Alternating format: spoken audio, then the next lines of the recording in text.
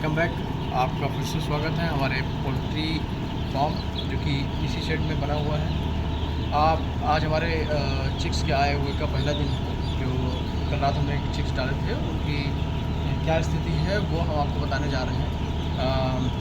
जो आप पहले तो ये देख सकते हैं कि जैसे इसी फार्म के अंदर टेम्परेचर को जिस तरीके से मेंटेन किया जाता है उनका तरीका ये है कि आपके सामने की तरफ एग्जॉस्ट चल रहा है, राइट। आप देख सकते हैं एक लेफ्ट में एक राइट में दोनों एग्जॉस्ट चल रहे हैं। ये क्या कर रहे हैं कि ठंडी हवा को सक करके टेम्परेचर को मेंटेन करने की कोशिश कर रहे हैं। अभी जब पहला दिन है तो हमारे फार्म का टेम्परेचर लगभग 95 डिग्री फ़ारेनहाइट होना चाहिए था, तो वो नहीं है, उससे ज़्यादा हो रखा है। तो उसको मेंटेन करने के लिए हमारे एग्जॉस्ट चालू हैं।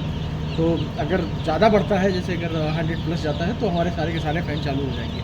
तो उसको मेंटेन करने के लिए ये अपने स्टेज पे मतलब जो भी इसका मीटर है उस पर लाने के लिए ये सारे फ़ैन चालू हो जाएंगे। तो अभी आप देख सकते हैं हमारी चिक्स की स्थिति कितने एक्टिव है। मैं आपको एक बार करीब से दिखाता हूँ।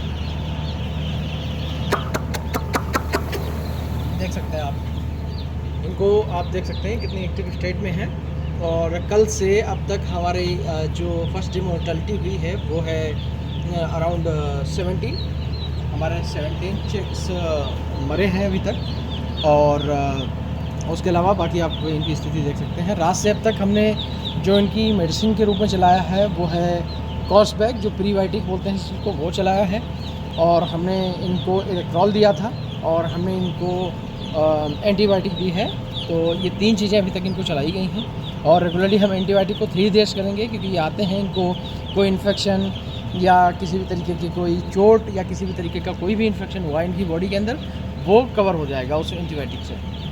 नाउ प्रीबायोटिक चलाने का एक अपना पर्पज़ ये है कि प्रीबायोटिक जो एंटीबायोटिक्स की वजह से जो गट हेल्थ को प्रॉब्लम होती है चिक्स को या मेनली ह्यूमंस में भी आजकल ये बहुत प्रचलित है कि प्रीबायोटिक का यूज़ बहुत ज़्यादा किया जाता है। तो अभी हम क्या कर रहे हैं कि एक कॉस्बैक के नाम से एक प्रीबायोटिक आता है जिसको हमने यूज़ किया है, वो हम अप टू 5 डेज़ करेंगे, लगभग 5 दिन तक। और जो एंटीबायोटिक का इस्तेमाल है वो लगभग 3 दिन तक करेंगे। अगर आपकी चिक्स में कोई बीमारी नहीं पकड़ती है तो आप सिर्फ 3 दिन करके छोड़ दें उसको।